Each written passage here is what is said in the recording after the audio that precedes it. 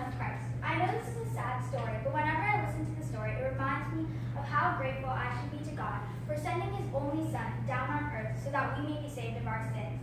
My story starts in the Garden of Gethsemane, where Jesus was praying hard to his disciples.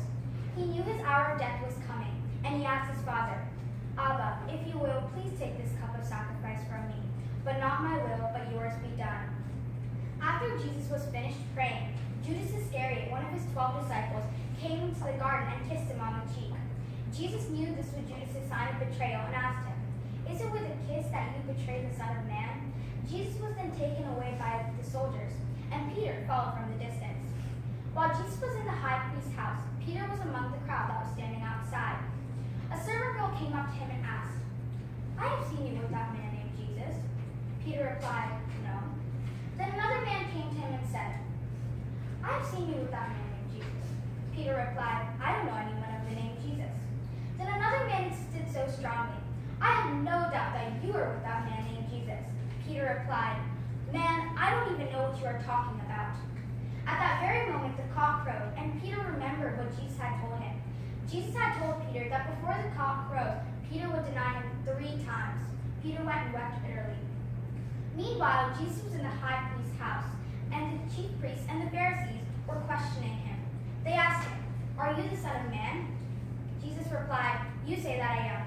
They were so outraged by his answer, they took him to Pilate, who was governor then. Pilate found no wrong in Jesus and wanted to set him free, but the crowd disagreed with him. A Jewish custom was to set one prisoner free every Passover.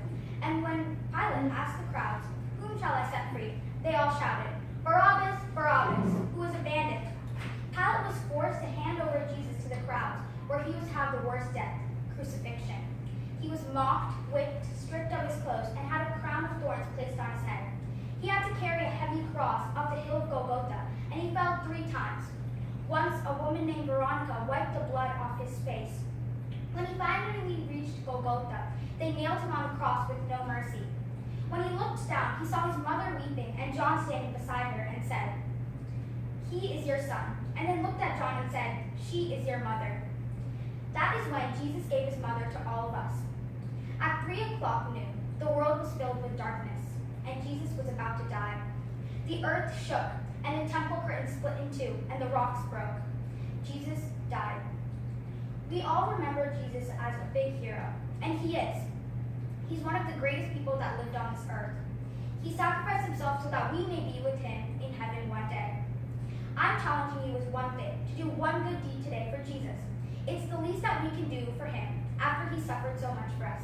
Thank you.